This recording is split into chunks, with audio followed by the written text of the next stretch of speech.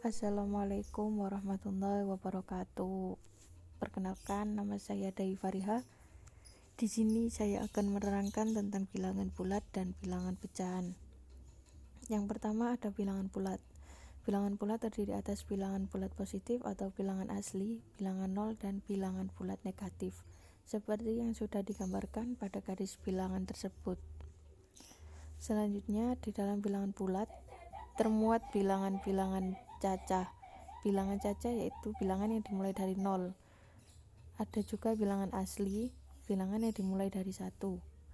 Bilangan genap, bilangan yang habis dibagi 2.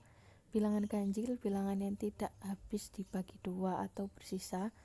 Yang terakhir yaitu bilangan prima, bilangan asli yang hanya habis dibagi oleh bilangan 1 dan bilangan itu sendiri.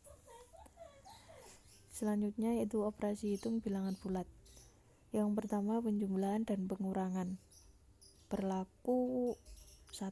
A plus B sama dengan A plus B. 2. A min B sama dengan A plus kurung min B. 3. Min A plus min kurung min B sama dengan min kurung A plus B. Yang keempat, A min kurung min B sama dengan A plus B. Selanjutnya yaitu perkalian dan pembagian. Perkalian merupakan penjumlahan secara berulang. Contohnya 3 kali 5 berarti 5 ditambah 5 ditambah 5 sama dengan 15. Selanjutnya pembagian merupakan kebalikan atau inverse dari perkalian. Contohnya 30 bagi 5 sama dengan 30 dikali 1/5. Itu bisa kita coret sama dengan 6. Selanjutnya sifat-sifat operasi hitung pada bilangan bulat. Yang pertama, sifat komutatif atau pertukaran. Pada penjumlahan berlaku A plus B sama dengan B plus A. Dan pada perkalian A dikali B sama dengan B dikali A sama. Yang kedua, sifat asosiatif. Pada penjumlahan, sifat asosiatif ini adalah pengelompokan. Contohnya pada penjumlahan A plus kurung B plus C sama dengan A ditambah B A tambah B kurung plus C. Dan pada perkalian berlaku A dikali B kurung B dikali C sama dengan kurung A dikali B dikali C. Yang selanjutnya yaitu sifat distributif atau penyebaran. Pada operasi perkalian terhadap penjumlahan berlaku A dikali B plus C sama dengan kurung A dikali B plus kurung A dikali C. Pada operasi perkalian terhadap pengurangan juga sama seperti terhadap perjumlahan. Selanjutnya pangkat dan akar pangkat bilangan bulat. Kuadrat dan pangkat 3 bilangan bulat. Kuadrat bilangan bulat atau pangkat 2 diperoleh dengan mengalihkan bilangan itu dengan bilangannya sendiri atau mengalihkan bilangan tersebut secara berulang sebanyak 2 kali. Berlaku A pangkat 2 sama dengan A dikali A. Contohnya 4 pangkat 2 dikali bilangan itu sendiri yaitu 4 dikali 4 sama dengan 16. Pangkat 3 bilangan bulat diperoleh dengan mengalihkan bilangan tersebut secara berulang sebanyak 3 kali. Berlaku A pangkat 3 sama dengan A dikali A dikali A. Selanjutnya yaitu akar kuadrat dan akar pangkat 3. Akar kuadrat merupakan kebalikan dari kuadrat atau pangkat 2.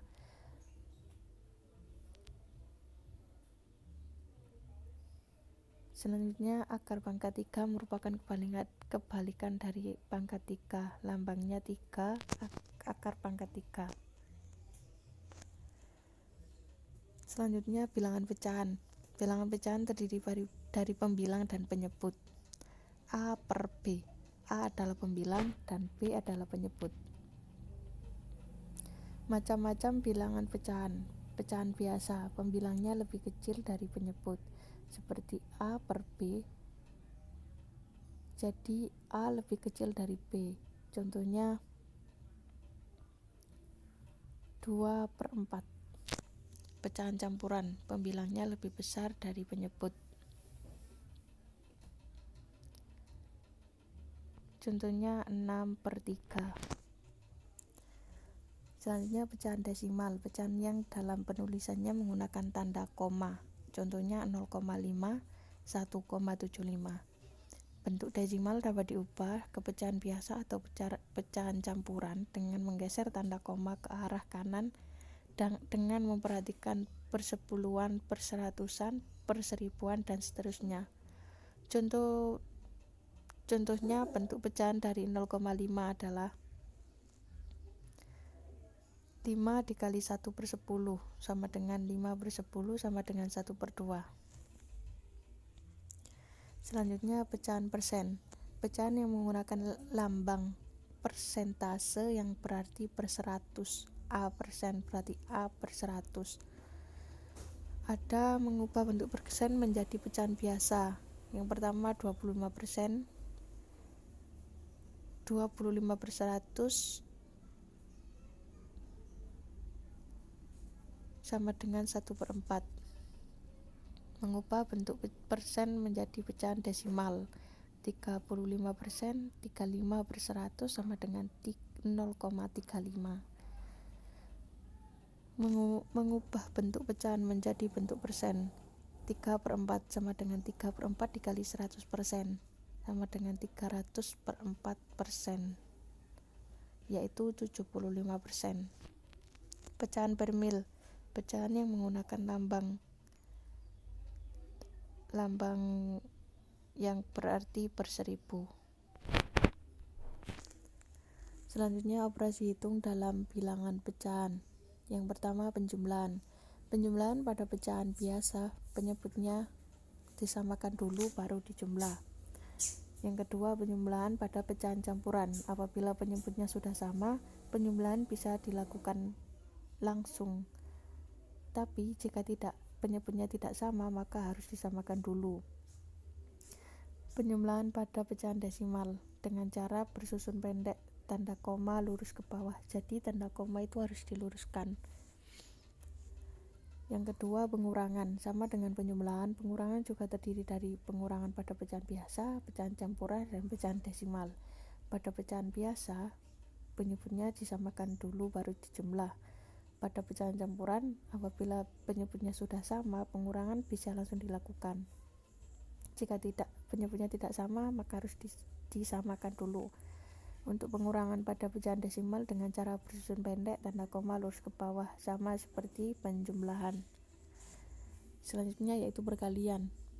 Perkalian pada pecahan biasa dilakukan dengan mengalihkan pembilang dengan pembilang dan penyebut dengan penyebut. Jadi A per B dikali C per D sama dengan A dikali C, B dikali D. Apabila bilangan pecahan dikalikan dengan bilangan bulat, maka pembilang pecahan dikalikan dengan bilangan bulat tersebut. Yang kedua, perkalian pada pecahan campuran. Pada pecahan campuran ini harus diubah dulu ke dalam pecahan biasa, baru dilakukan pengalian. Yang terakhir yaitu pada pecahan desimal. Perkalian dilakukan dengan cara bersusun pendek. Awalnya tanda koma diabaikan, tetapi pada hasil perkaliannya diberi tanda koma sesuai dengan jumlah tanda koma. Selanjutnya yaitu pembagian. Pembagian pada pecahan biasa dibagi dengan pecahan biasa. Apabila pecahan biasa dibagi dengan pecahan biasa, maka hasilnya adalah perkalian pecahan biasa yang dibagi dengan kebalikan dari pecahan pembagi. Berlaku A per B dibagi C per D. Jadi maksudnya di sini dari pembagi, cara yang kedua yaitu harus dikali dan penyebutnya diubah menjadi pembilang.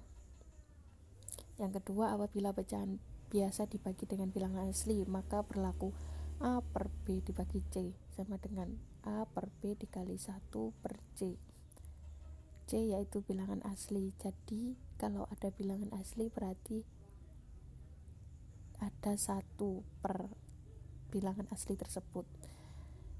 Yang terakhir, apabila bilangan asli dibagi dengan pecahan biasa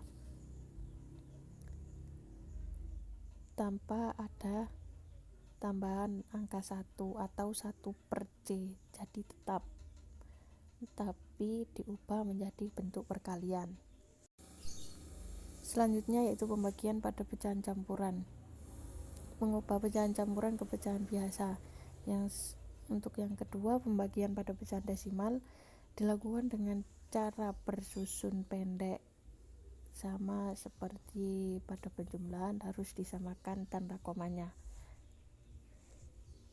Sekian presentasi dari saya. Terima kasih atas perhatiannya. Mohon maaf apabila ada kekurangan dan kesalahan. Wassalamualaikum warahmatullahi wabarakatuh.